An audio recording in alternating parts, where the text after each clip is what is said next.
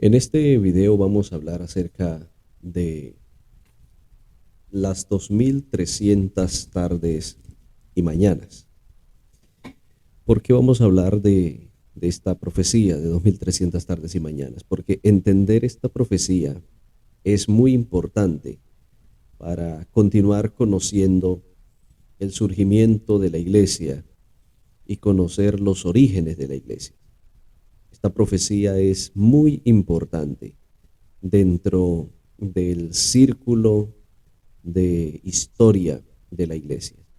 Y creo que es la base fundamental para entender los eventos que dieron origen a nuestra denominación adventista del séptimo día. ¿De dónde surge la profecía de las 2300 tardes y mañanas? Surge de la visión de Daniel capítulo 8.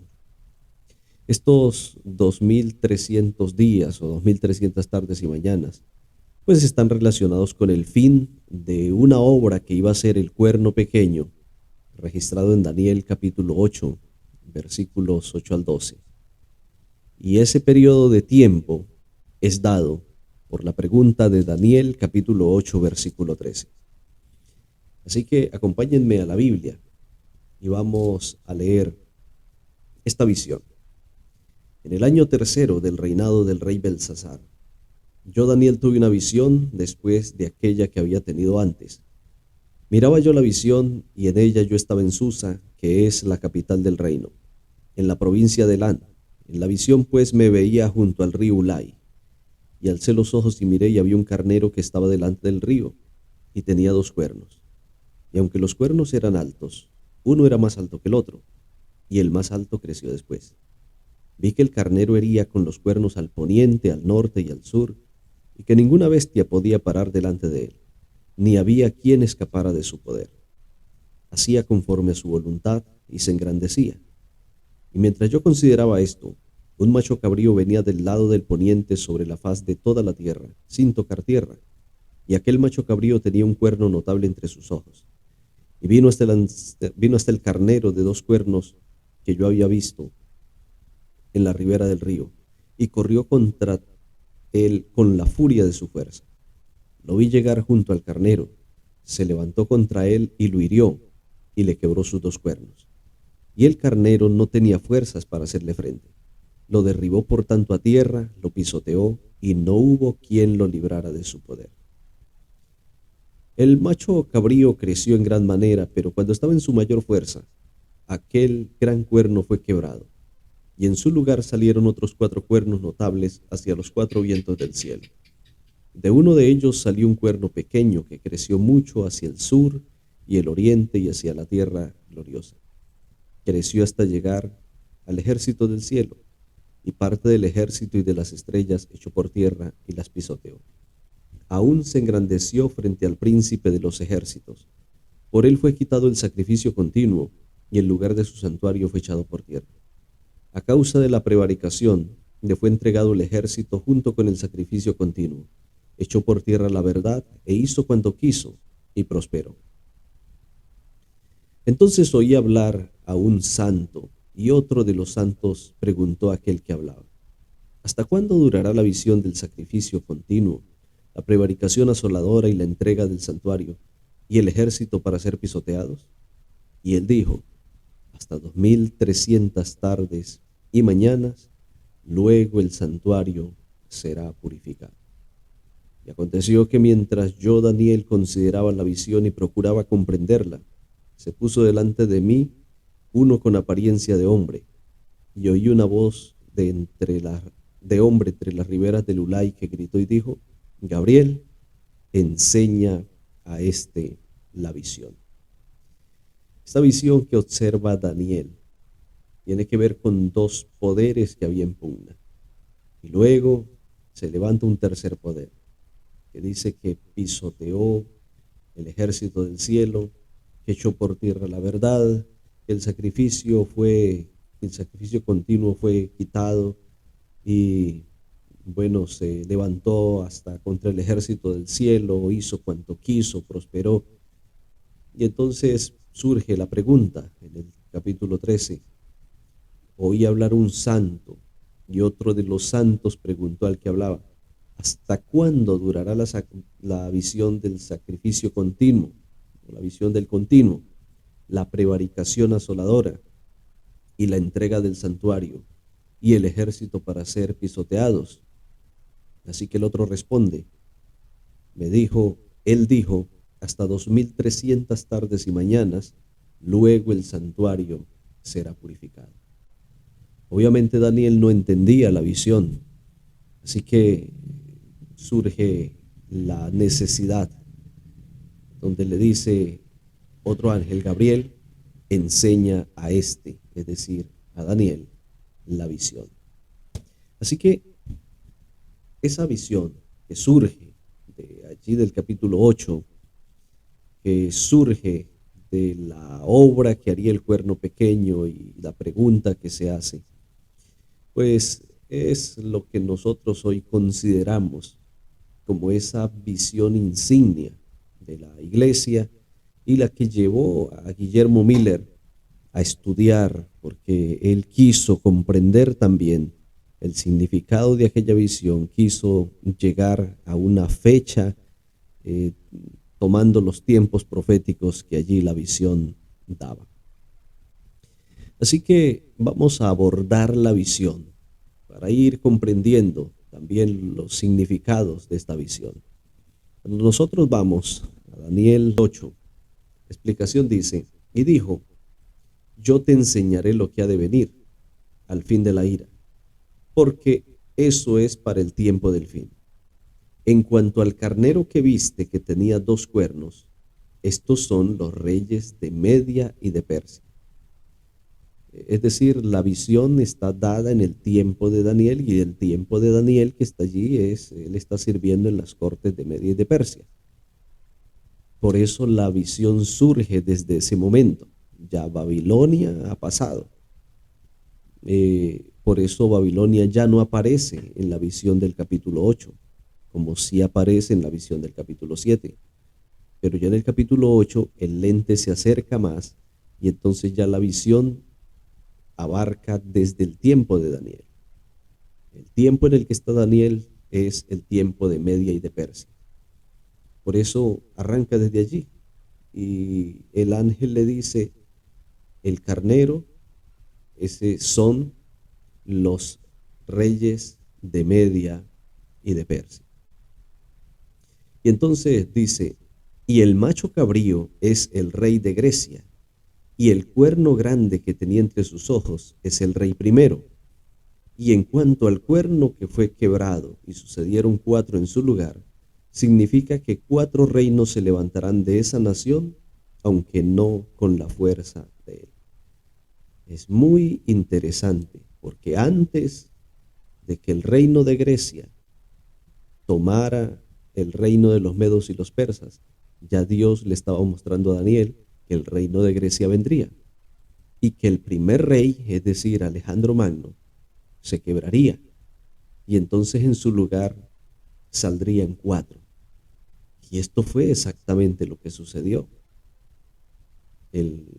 Una vez que murió Alejandro Magno, se levantaron los 4 generales y se repartieron el reino entre ellos. Seleuco, Ptolomeo, Casandro y Lisímaco fueron los 4 generales que surgieron, que eran generales de Alejandro Magno, y entonces pelearon ellos cada uno por su reino. Así que se dividió, y dice que se levantarían 4 reinos de esa nación, aunque no con la fuerza de él. El texto 23 dice, al fin del reinado de estos, cuando los transgresores lleguen al colmo, se levantará un rey altivo de rostro y entendido en enigmas, y su poder se fortalecerá, mas no con fuerza propia. Causará grandes ruinas, prosperará, actuará arbitrariamente y destruirá a los fuertes y al pueblo de los santos. Con su sagacidad hará prosperar el engaño en su mano, en su corazón se engrandecerá, y sin aviso destruirá a muchos. Se levantará contra el príncipe de los príncipes, pero será quebrantado, aunque no por mano humana. La visión de las tardes y las mañanas que se ha referido es verdadera, y tú guarda la visión porque es para muchos días. En los registros de la historia, el poder que surgió posteriormente a esas divisiones griegas fue el poder del Imperio Romano. Y es precisamente el poder del Imperio Romano el que, a manos de quien muere Cristo crucificado. Y el texto dice que ese príncipe, ese rey, se levantaría contra el príncipe de los príncipes. Y que posteriormente entonces sería quebrantado, aunque no por mano humana. Así que la profecía de Daniel 8 muestra la sucesión de los reinos, de igual manera como se mostró en Daniel 2, de igual manera como se mostró en Daniel 7, ahora en Daniel 8 se amplían muchos más detalles. En Daniel 2 llegó hasta la división de los reinos, la división del Imperio Romano en el 476 y saltó hasta la venida de Cristo. En Daniel capítulo 7 ya se dieron más detalles porque ya se incorporó el elemento del juicio. Después de esa división de los reinos se incorporó el juicio, el tema del juicio y luego la venida de Cristo. Ahora en Daniel capítulo 8 se incorpora la visión de las 2300 tardes y mañanas. Eso quiere decir que en esa visión de 2300 tardes y mañanas iba a suceder un asunto importante, porque al final de esas 2300 tardes y mañanas se culminaría el tiempo del pisoteo del santuario, se culminaría el tiempo en el cual ese cuerno pequeño estaría pisoteando al pueblo de los santos y entonces el santuario sería vindicado. Que es como la mejor traducción. La traducción de nuestra Biblia dice, el santuario será purificado. Podría traducirse de mejor manera, el santuario será vindicado. Y será vindicado porque estaba siendo pisoteado, había sido echado por tierra por el cuerno pequeño. Eso es lo que entonces muestra la profecía del capítulo 8 de Daniel. Sin embargo, cuando nosotros observamos Daniel 8:27, dice, yo Daniel quedé quebrantado y estuve enfermo algunos días. Cuando me levanté atendí los negocios del rey, pero estaba espantado a causa de la visión y no la entendía. Y entonces en el primer año de Darío, hijo de Asuero, de la nación de los Medos, que vino a ser rey sobre el reinado de los caldeos, en el primer año de su reinado, yo Daniel miré atentamente en los libros el número de los años que habló Jehová al profeta Jeremías, en los que habían de cumplirse las desolaciones de Jerusalén, 70 años. Y volví mi rostro a Dios, el Señor, buscándolo en oración, ruego, en ayuno, ropas ásperas y cenizas. Y ustedes pueden leer la oración de Daniel. Daniel le estaba diciendo, Señor, mira, nosotros hemos pecado, nosotros hemos obrado impíamente, orándole al Señor para que el Señor libertara al pueblo. Así que Dios le responde, porque dice en el texto 20 de Daniel 9, aún estaba hablando, orando y confesando mi pecado y el pecado de mi pueblo Israel, y derramaba mi ruego delante de Jehová mi Dios, por el monte santo de mi Dios. Y aún estaba hablando en oración cuando el varón Gabriel, a quien había visto en la visión, recuerden que fue a Gabriel que se le dijo, enseña a la visión. Al principio, volando con presteza, vino a mí como a la hora del sacrificio de la tarde, y me hizo entender, y habló conmigo diciendo, Daniel, ahora he salido para darte sabiduría y entendimiento. Al principio de tus ruegos fue dada la orden, y yo he venido para enseñártela, porque tú eres muy amado. Entiende pues la orden, y entiende la visión. 70 semanas están determinadas sobre tu pueblo y sobre tu santa ciudad, para terminar la prevaricación, para poner fin al pecado y expiar la iniquidad, para traer la justicia perdurable, sellar la visión y la profecía, y ungir al santo de los santos. Aquí hay otro asunto interesante. Porque en el texto 24 dice, 70 semanas están determinadas sobre tu pueblo. Y el vocablo que utiliza allí, en hebreo, de hecho, no debería tanto ser determinadas, se traduce mejor como cortadas. 70 semanas están cortadas. ¿Cortadas de dónde? De la visión que ya había sido dada, es decir, de la visión de las 2300 tardes y mañanas. Y Daniel 9 va entonces a mostrar desde el verso 25 cuál sería el punto de partida de dichas 70 semanas y obviamente de las 2300 tardes y mañanas. Sabe pues y entiende que desde la salida de la orden para restaurar y edificar a Jerusalén hasta el Mesías príncipe habrá 7 semanas y 62 semanas.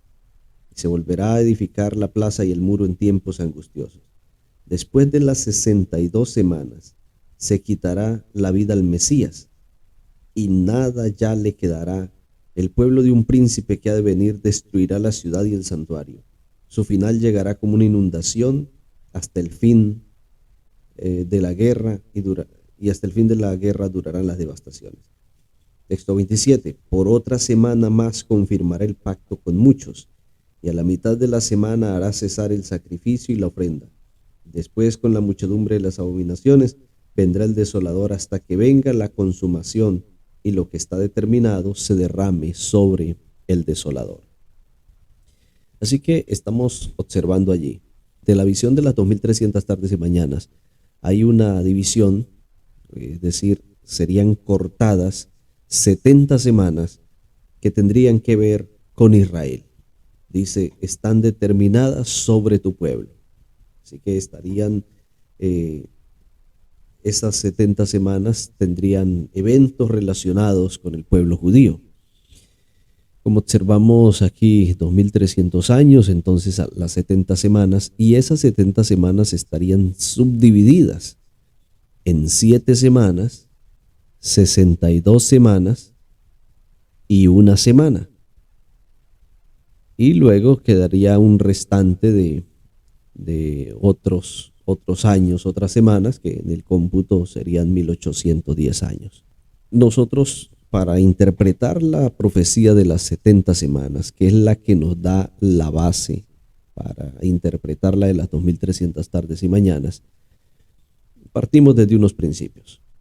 La profecía de las 70 semanas es la respuesta de Dios a la oración de Daniel 9, 20 al 23. El tiempo de cautiverio de los judíos se está cumpliendo y Daniel intercede por la liberación de su pueblo. Y Dios le muestra lo que acontecería con Israel hasta que llegara el Mesías. Recuerden que Daniel está intercediendo por Israel, por su pueblo Israel. Así que Dios le muestra qué es lo que va a suceder con Israel hasta que llegue el Mesías y hasta que el Mesías sea muerto. Entonces le da la visión de las 70 semanas. ¿Cuándo iniciarían las 70 semanas? Tradicionalmente la iglesia adventista enseña que las 70 semanas partieron desde el año 457 antes de Cristo, fecha en que Artajerjes firma el último decreto, que hubo 2 decretos anteriores para reedificar Jerusalén, pero el último decreto y definitivo fue el decreto de Artajerjes. Nosotros podríamos pensar que es un capricho del adventismo utilizar esta fecha solo para que las cuentas le cuadren. Sin embargo, vamos a ver qué dicen algunos comentarios y algunos historiadores. Cuando nosotros revisamos en la enciclopedia más grande, que aunque no es la enciclopedia más famosa, más famosa sí, pero no podría ser la más científica, pero de alguna manera aporta datos interesantes. Wikipedia ORG dice, y usted pone año 457 a.C., dice la salida de la orden para restaurar y edificar a Jerusalén por orden de Artajerjes I, y cita Esdras 7:7.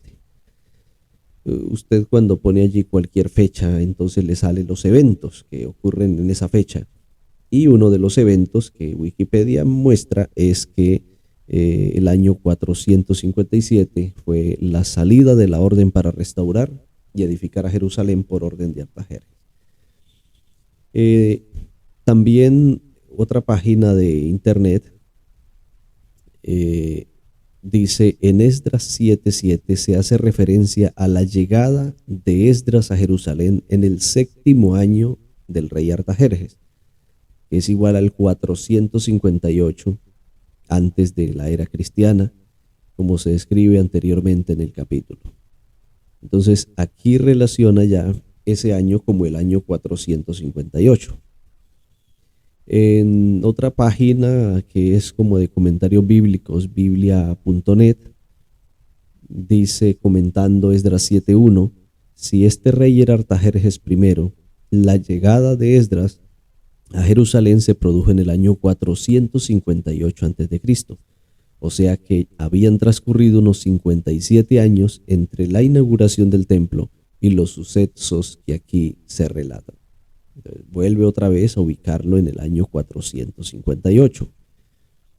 Ahora, en Biblia Work, dice, Artajerjes continuó la política de tolerancia religiosa practicada por sus predecesores, aunque de acuerdo con Esdras 4:7-23, prohibió la reconstrucción de Jerusalén una vez. Pero según el capítulo 7 de Esdras, en su 7º año de reinado, 457 a.C., de acuerdo con el año civil judío que comenzaba 6 meses más tarde que el persa. Entonces aquí ya muestra por qué el 457 a.C., que dice de acuerdo con el año judío. Por eso los otros referencias dicen que es el 458.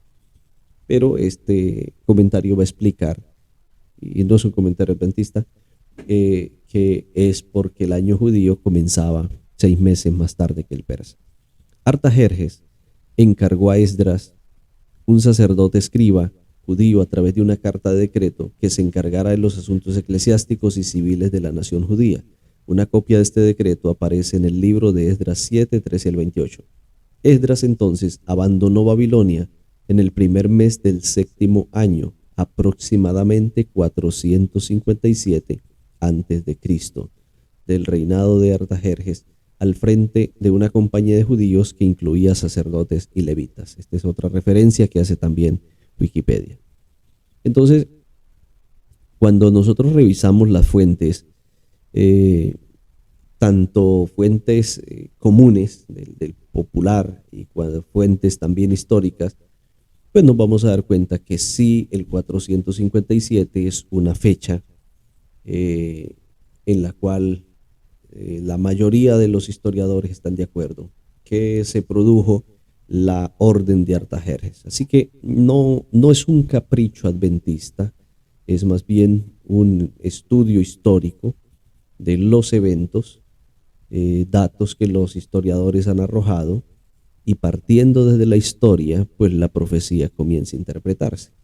Así que la profecía de las 2300 tardes y mañanas, que arranca igual que la profecía de las 70 semanas, entonces comienza en el 457 a.C. con la orden de Artajerjes, registrada en Esdras 7:7. Dice entonces que sabe pues y entiende que desde la orden para reedificar Jerusalén habrá 7 semanas. Recordemos que nosotros tenemos el principio de día por año, un principio muy aplicado en la profecía, en la interpretación profética, y que no tampoco es un capricho adventista, fue un principio utilizado también desde la época de la iglesia primitiva, en la época de la Reforma. Los reformadores usaron este principio también, el principio de día por año en la profecía de Daniel. lo cual cuando habla de 2300 tardes y mañanas, pues está hablando de 2300 años. Cuando habla de una semana, pues está hablando de 7 días, es decir, 7 años. Entonces dice que en una semana habría 7 semanas, 7 por 7, 49, es decir, 49 años y 62 semanas. Entonces las 7 semanas irían desde el 457 hasta el 408. Y posteriormente entonces vendrían las 62 semanas, porque dice el texto 25, sabe pues y entiende que desde la salida de la orden para restaurar y edificar a Jerusalén hasta el Mesías príncipe habrá 7 semanas y 62 semanas. Una forma muy judía de medir el tiempo, como cuando habla de tiempo, tiempos y medio tiempo. Aquí también está hablando 7 semanas y 62 semanas. Las 62 semanas estarían terminando en el año 27 después de Cristo. Estamos hablando de unos 434 años que equivalen a esas 62 semanas. Si contamos esos 434 años, pues nos va a dar entonces en el año 27 después de Cristo, que es exactamente el año en el que Jesús es bautizado. Y posteriormente dice, por otra semana más confirmará el pacto con muchos. Y a la mitad de la semana, es decir, a los 3 años y medio, hará cesar el sacrificio y la ofrenda. Es interesante porque precisamente el día que Jesús murió, el velo del templo se rasgó, en simbolismo de que no habría más sacrificios por el pecado. Ya el sacrificio estaba hecho. Jesús hizo cesar el sacrificio y la ofrenda con su muerte. Ya cualquier cordero que se matara ya no serviría para expiar el pecado, ya no serviría para el perdón. Ya el sacrificio de Cristo estaba hecho. Entonces viene el tema de la otra mitad de la semana. Nos estaría dando hasta el año 34 después de Cristo. Lo que quiere decir que las 70 semanas arrancan en el año 457 antes de Cristo y están culminando en el año 34 después de Cristo, que es el año probable en el que inician las persecuciones de los judíos hacia los cristianos, y los cristianos fueron esparcidos por toda Judea y Samaria, y esas persecuciones iniciaron con la muerte de Esteban. Nos quedarían 1810 años más para llegar a los 2300 años, a las 2300 tardes y mañanas. Así que el cálculo complejo era entender el principio. Ya después simplemente es hacer la cuenta de los años, lo cual llevó esto a Guillermo Miller, pues a hacer las cuentas y sumándole desde el año 34, 1810 años más. Entonces llegó al año 1843. Obviamente cuando hubo el primer chasco, se hace la revisión del calendario judío, se utiliza el calendario judío caraíta, y entonces se dan cuenta, bueno, la orden fue en el otoño del año 457, no fue en enero. O sea que si hubiese sido en enero del año 457, pues terminaría el año en diciembre del 457. Pero si comienza el año en octubre del 457, pues para que termine un año tiene que terminar en octubre del 458. Así que los cómputos que a Miller le dieron de 457 a 1843 tomándolo desde el otoño, le daría desde otoño del 457 hasta el otoño de 1844. Y esa es la razón por la cual surge entonces la fecha de 1844 con una mayor fuerza. Y allí entonces fue cuando se produjo el gran chasco. ¿Por qué se produjo el chasco? Porque Guillermo Miller y todos los que estaban estudiando las profecías, y específicamente esta profecía, ellos llegaron a una conclusión. Si la Biblia dice que después de 2300 tardes y mañanas el santuario será purificado, pues el santuario debe ser la tierra, y la tierra será purificada con fuego.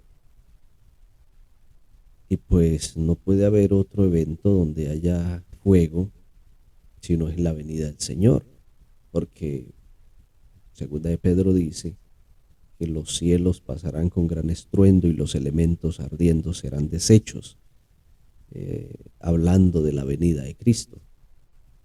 Así que la profecía de las 2300 tardes y mañanas pues nos va a llevar a la venida de Cristo.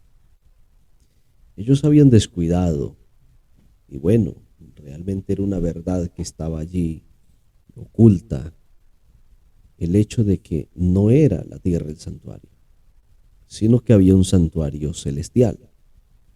Era una verdad no oculta, sino mal comprendida, porque el libro de Hebreos menciona que hay un santuario en el cielo, que el Señor edificó y no el hombre. Pero pues ellos no tomaban el tema de la purificación del santuario, porque bueno, si está el santuario en el cielo no necesita ser purificado. Después del chasco, empezaron a estudiar el tema, un grupo de adventistas, porque después del chasco se dividieron tres grupos: los espiritualistas, los que dijeron Jesús sí vino y vino en forma espiritual, y nosotros estamos con Jesús, y comenzaron a hacer por allí locuras. Quedó el otro grupo con Guillermo Miller, que dijeron, bueno, no sé qué pasó, y Guillermo Miller dice, todos los días me levantaré esperando que venga. Y estos se convirtieron en los adventistas del primer día, lo que Elena de White llama los adventistas nominales. Y el tercer grupo fueron los adventistas del séptimo día, que se convirtieron después en adventistas del séptimo día, porque estos adventistas empezaron a estudiar acerca de, bueno, qué fue lo que pasó. Y es cuando Iran Edson observa la visión, allí atravesando su granja, observa la visión de Cristo pasando del lugar santo al santísimo. Así que empiezan a buscar en la Biblia si la Biblia habla de un santuario celestial. Y efectivamente, pues se abre ante ellos esa visión del santuario celestial. Entonces comienzan a buscar, bueno, ¿qué es lo que pasaba en el santuario? Se encuentran con Levítico 16, el día de la expiación, donde había un juicio en favor del pueblo de Dios, donde el carácter de Dios era vindicado y se responsabilizaba al verdadero culpable.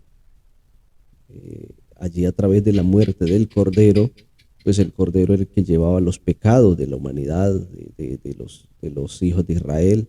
Moría el Cordero, era sacrificado. Pero había uno que se echaba la suerte por Azazel, y entonces después del sacerdote hacer todo su ritual, venía y entonces ponía las manos sobre este carnero, y ese carnero era enviado al desierto. Esta era la figura de que ahora el pecado lo iba a cargar el verdadero culpable. Entonces, la vindicación del santuario, la purificación del santuario, esa purificación del santuario era el cumplimiento, un antitipo de lo que sucedía en el santuario terrenal. El santuario volvería a ser vindicado porque lo habían echado por tierra. Era una verdad que había quedado por tierra. Ese santuario, la verdad del santuario, sería levantada al final de esas 2300 tardes y mañanas. Y así sucedió. Después de 1844, la verdad del santuario comenzó a ser estudiada, comenzó a ser investigada y comenzó a ser enseñada. Y la expiación de Cristo, el ministerio sacerdotal de Cristo, el juicio de Cristo, comenzó a tomar relevancia. Así que la profecía se cumplió, pero no se cumplió como lo esperaban Guillermo Miller y los adventistas de aquella época. Pero gracias al Señor que levantó un pueblo. De ese chasco surgió entonces el movimiento adventista y aquellos pioneros de los cuales vamos a estudiar en el próximo capítulo, que se dedicaron al estudio, se dedicaron a entender qué era lo que había pasado, y el Señor le fue dando claridad y luz. En 1844 se iniciaría otra etapa, la etapa del juicio investigador. El santuario sería vindicado, el santuario sería purificado. Y cuando termine esa etapa del juicio investigador, entonces el verdadero culpable pagará por su pecado. Satanás recibirá el destierro de los 1000 años para luego entonces ser exterminado.